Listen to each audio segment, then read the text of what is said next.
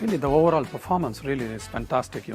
They talk about the recent technologies, recent trends, how the manufacturing industry will add up, and the new trends, how it will add value to the future of this manufacturing. Really, it is a fantastic program, and we do believe this is really worth sessions which was really added to this. Wow, this is really the new trends are really, they have taken care as AI, ML, and digital twin. They talk about IoT, new sensors, and more and more what is the new futures, the trends that are added.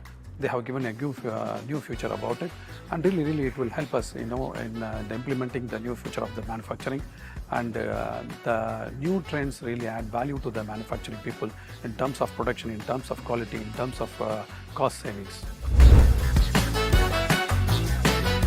Really, the key conversations, if you take into subject, they have taken into consideration of digital transformation, and they have taken into consideration of how we can able to have a cybersecurity in place.